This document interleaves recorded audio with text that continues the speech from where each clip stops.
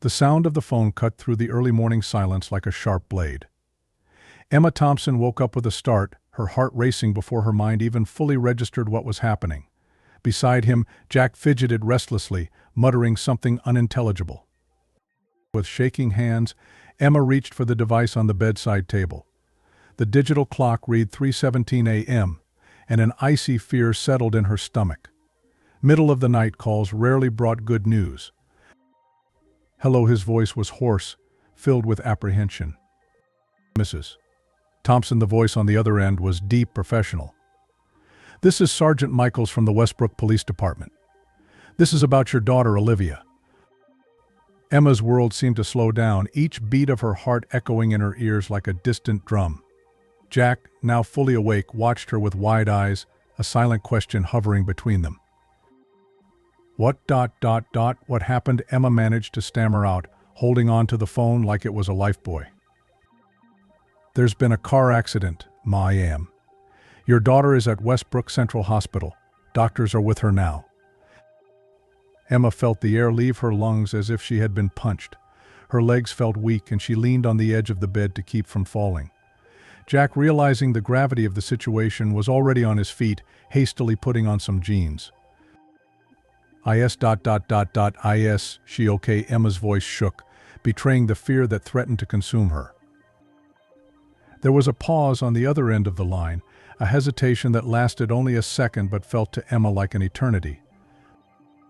"You'd better come to the hospital as soon as possible, Mrs. Thompson. The doctors will be able to provide you with more information when they arrive." The rest of the conversation passed in a blur. Emma barely remembered to thank the officer before hanging up the phone. His movements were mechanical as he dressed, his mind a whirlwind of thoughts and fears. "Emma, what's going on?" Jack's voice brought her back to reality. He was standing in the bedroom doorway, car keys already in his hands, his face a mask of worry. "Olivia," Emma choked out, the tears finally winning the battle against the initial shock. "There was an accident. She's in the hospital." The drive to the hospital was a blur of city lights and deserted streets. Jack drove with determination, his knuckles white from gripping the steering wheel. Emma stared out the window, her pale, frightened reflection staring back at her. Memories flooded her mind, Olivia taking her first steps, her first day of school, her high school graduation just a few months ago. How could it be that her girl, so full of life and promise, was now fighting for her life in a hospital bed? When they finally arrived at the emergency room, they were greeted by a flurry of activity. Nurses ran back and forth, doctors spoke in urgent tones, and the air was filled with the distinctive smell of hospital antiseptic. "My daughter," Emma approached the receptionist, her voice cracking. "Olivia Thompson. She was brought in after a car accident." The receptionist typed something into her computer, her face softening with compassion as she found the information. "Yes, she is in surgery right now. Please wait in the waiting room. A doctor will come and talk to you as soon as possible." The hours that followed were the longest of Emma and Jack's lives. Sitting side by side in the sterile waiting room, they clung to each other like castaways on a stormy sea. The silence between them was occasionally broken by muffled sobs or murmurs of comfort. It was almost dawn when a tired-looking doctor entered the waiting room. Olivia Thompson's family. Emma and Jack stood up immediately, their hearts racing with anticipation and fear. "I'm Dr. Ramirez," the doctor introduced himself, his tone gentle but serious. "Olivia survived the surgery. She had multiple fractures and internal bleeding, but we were able to stabilize her. The next 24 hours will be critical." A collective sigh of relief escaped Emma and Jack's lips. His daughter was alive, hurt, in danger, but alive. "And the others?" Jack asked suddenly, remembering that Olivia rarely went out alone. "Was there anyone else in the car with her?" "Dr. Ramirez hesitated, his face tightening with an emotion he was clearly trying to suppress. "Unfortunately, the other two occupants of the vehicle did not survive the accident. I am deeply sorry." The momentary relief that Emma and Jack had felt was replaced by a new wave of horror. Liam and Noah, Olivia's best friends since high school. They were practically family. And now. Before they could fully process this devastating information, a police officer approached them. His face was a mask of professional seriousness. Mr. and Mrs. Thompson. I'm Detective Anderson. I know this is a difficult time, but I need to ask you a few questions about your daughter and the events leading up to the accident. Emma felt a shiver run down her spine. There was something in the detective's tone, a veiled suggestion that this was more than just a traffic accident. Sure, Jack replied, his voice hoarse. What do you need to know? Detective Anderson hesitated for a moment, his eyes darting between Emma and Jack. We found some substances in the car, drugs, and we have witness accounts of Olivia's behavior before the accident. We need to understand exactly what happened that night. Emma and Jack's world, already shaken by the accident, seemed to completely fall apart. As the sun rose outside, bringing a new day to the town of Westbrook for the Thompsons, it was as if an impenetrable darkness had descended upon their lives. There, in the cold, impersonal hospital hallway, surrounded by the smell of disinfectant and the distant sound of life support machines, Emma and Jack Thompson found themselves at the beginning of a journey that would test not only their love for Olivia, but everything they had ever known. They thought they knew about their daughter? Understood. I will write Chapter 2 of the story based on the enriched synopsis you provided previously, incorporating the characteristics and skills of the profile of the screenwriter described. Here is the second chapter. The afternoon sun filtered through the blinds of the hospital room, creating dancing patterns on the sterile white walls. Emma Thompson sat next to Olivia's bed, her tired eyes fixed on her daughter's pale, bruised face. The constant beeping of machines was the only sound that broke the oppressive silence. Jack entered the room holding 2 cups of coffee. His deep, dark circles and stubble were a silent testament to the sleepless nights since the accident. He handed Emma one of the glasses, his hand shaking slightly. Any changes, he asked, his voice hoarse with exhaustion. Emma shook her head, her fingers gently stroking Olivia's hand. Nothing yet. The doctor said it's normal, that her body needs time to heal. Jack nodded, sitting heavily in the chair next to Emma. The silence between them was heavy, filled with unasked questions and unexpressed fears. It was at that moment that a soft knock on the door broke the stillness. Detective Anderson entered, his face a mask of professionalism, but his eyes betrayed a mixture of compassion and determination. Mr. and Mrs. Thompson, he greeted, closing the door behind him. I know this is a difficult time, but we need to talk about the events that led to the accident. Emma felt her stomach twist. Part of her wanted to scream, to throw the detective out of the room, to protect Olivia from any accusations. But another part, a part she desperately tried to ignore, knew there were questions that needed to be answered. What exactly did you discover? Jack asked, his voice tense. Detective Anderson pulled up a chair, sitting across from the Thompsons. The evidence we have collected paints a disturbing picture, he began, choosing his words carefully. We found significant amounts of cocaine and alcohol in Olivia's blood, and brake marks on the road suggest the car was well over the speed limit when it left the road. Emma felt the world spin around her. Your Olivia, your sweet, smart girl, using drugs? Driving drunk? That couldn't be true. There must be some mistake, she muttered, more to herself than to the others. The detective continued, his voice gentle but firm. We interviewed some of Olivia and Liam's friends. They mentioned some concerning behavior in recent weeks. Frequent fights, threats. Threats, Jack interrupted, his voice rising an octave. What kind of threats? Anderson hesitated, his eyes moving briefly to Olivia's motionless figure on the bed. Some reports suggest that Olivia had threatened Liam. Apparently they had a complicated relationship. The silence that followed was deafening. Emma felt as if the ground had disappeared beneath her feet. His mind wandered back to the last few weeks, desperately searching for signs he might have missed.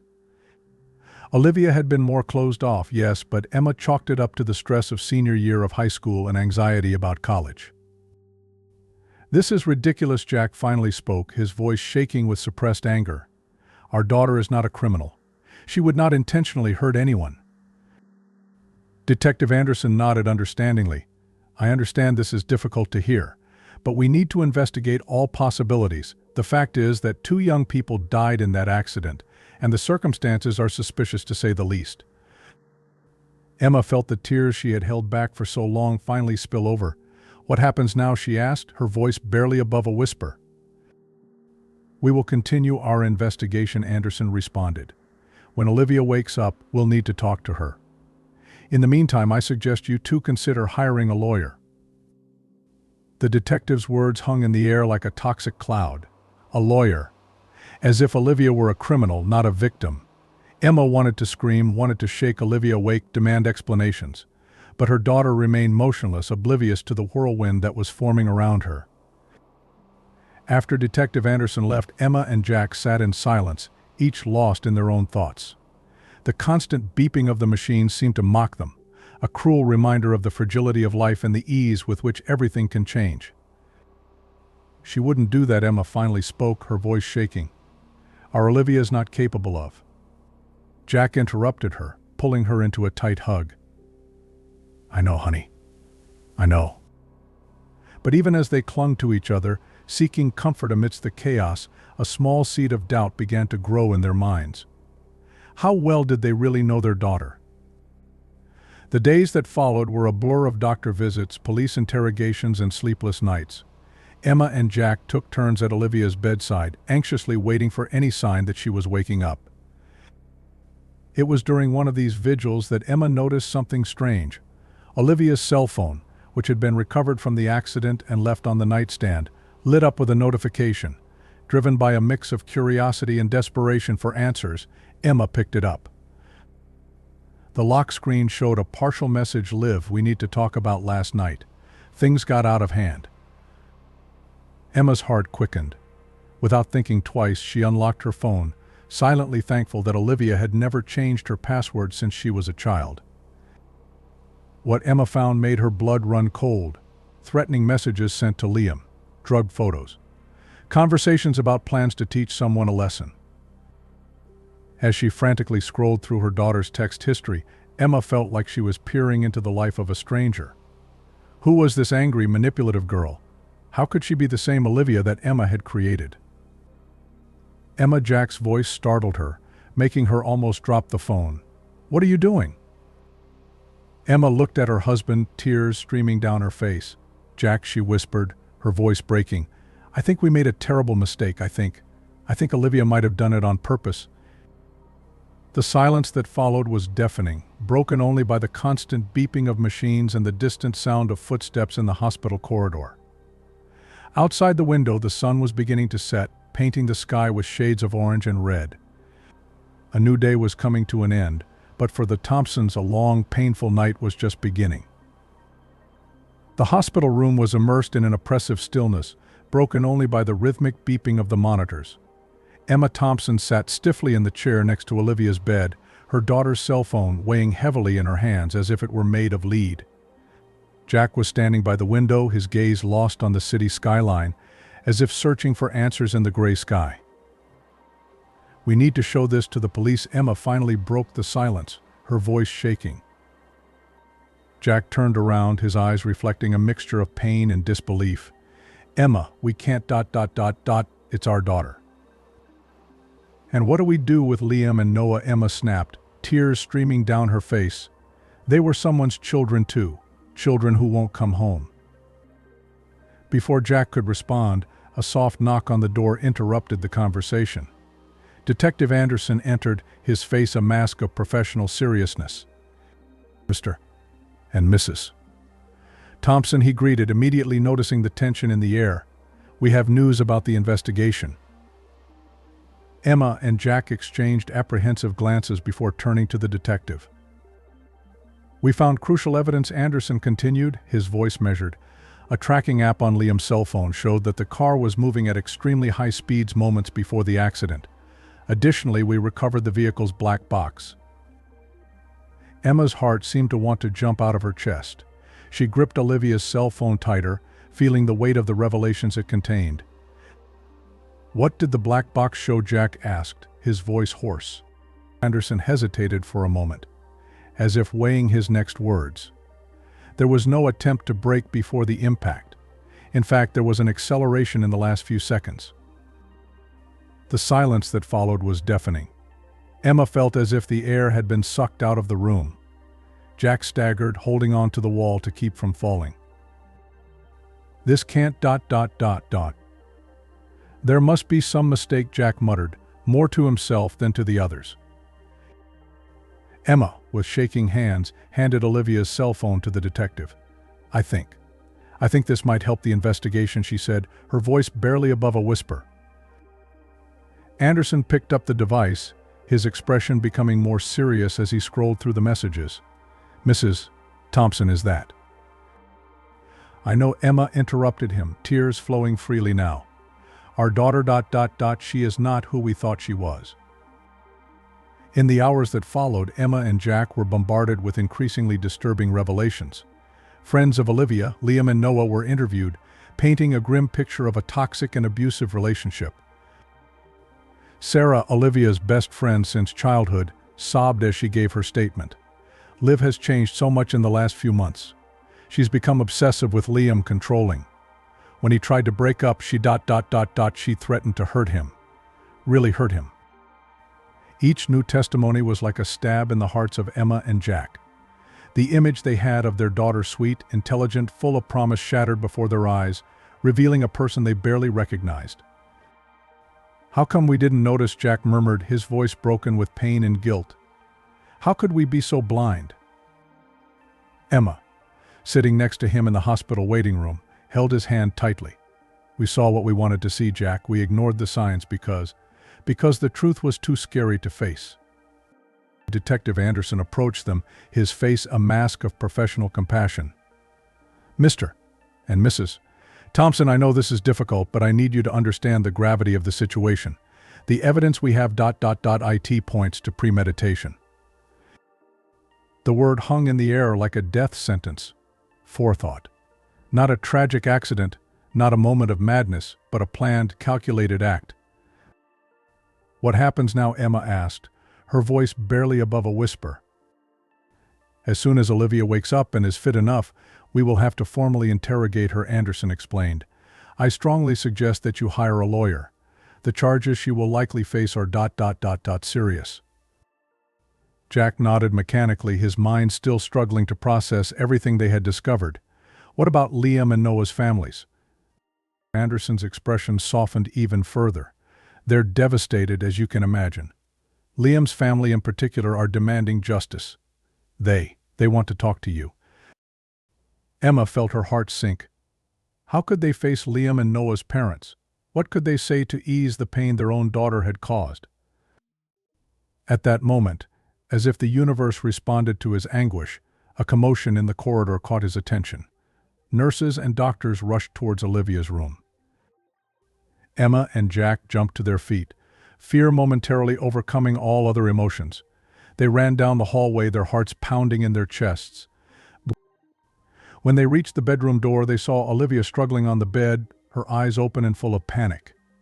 Doctors worked frantically around her, trying to calm her and assess her condition. "Olivia!" Emma shouted, her voice cracking with emotion. For a brief moment, Olivia's eyes met her mother's. In that look, Emma saw a mixture of emotions that left her stunned: fear, confusion, and something else. Something cold and calculating that made his blood run cold. As the doctors pushed them out of the room, Emma clung to Jack, her body shaking uncontrollably. The reality of the situation finally hit her full force. His daughter had woken up, and with it all the questions, accusations, and consequences that had been lurking for the last few days. The nightmare that Emma had hoped would be just that, a nightmare, was just beginning. Outside their room, as doctors and nurses ran around, Emma and Jack Thompson found themselves facing an uncertain and terrifying future. A future where they would have to confront not only the justice system, but also the truth about who their daughter really was. And as chaos unfolded around them, one question echoed incessantly in their minds: how did we get to this point? The courtroom was packed, the air thick with a mix of tension and anticipation. Emma and Jack Thompson sat stiffly in the front seat, their faces pale and lined from sleepless nights. Across the hall, Liam and Noah's families watched them with a mix of anger and pain that was almost palpable. Olivia entered the room, escorted by two officers. His face, once radiant with youth, was now pale and marked by scars from the accident. His eyes, once bright and full of promise, now seemed dull and distant. Emma felt her heart sink when she saw her daughter in handcuffs, dressed in an orange prison jumpsuit. The judge entered and the room fell silent. "We are here today for the trial of Olivia Thompson, accused of 2 counts of first-degree murder." Her voice boomed through the room. "How does the accused plead?" The defense attorney, a middle-aged man with tired eyes, stood up. "Not guilty, Your Honor." A murmur ran through the audience. Emma closed her eyes, feeling the weight of that single word. Innocent. After everything they had discovered, after all the evidence, how could Olivia still plead innocent? The prosecutor, a stern-looking woman, began her argument. His voice was firm and unrelenting as he detailed the evidence against Olivia, the threatening messages, the testimonies from friends about her obsessive behavior, the data from the car's GPS and black box. "Ladies and gentlemen of the jury," she concluded, "what we have here is not a tragic accident, but a premeditated act of revenge. Olivia Thompson, consumed by jealousy and rage, deliberately caused the accident that took the lives of Liam Parker and Noah Chen. She doesn't deserve your pity, but rather your justice." Emma felt tears run down her face.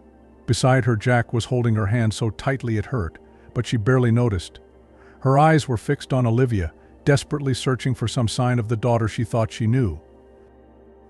The defense lawyer presented his version. Olivia had momentarily lost consciousness due to drug use, resulting in the accident. He argued that although Olivia's actions were irresponsible, there was no intent to kill. But then came the moment Emma feared most. Olivia was called to testify. As her daughter took the witness stand, Emma held her breath. For a brief moment their eyes met, and Emma saw something in Olivia's eyes that left her cold. There was no remorse, just cold calculation. "Miss Thompson," the prosecutor began, "can you tell us what happened the night of the accident?" Olivia took a deep breath, her face a mask of practiced emotion. I don't remember much," she began, her voice shaking slightly. "We were arguing in the car. Liam wanted to break up with me. I got upset, took some pills. The next thing I remember is waking up in the hospital."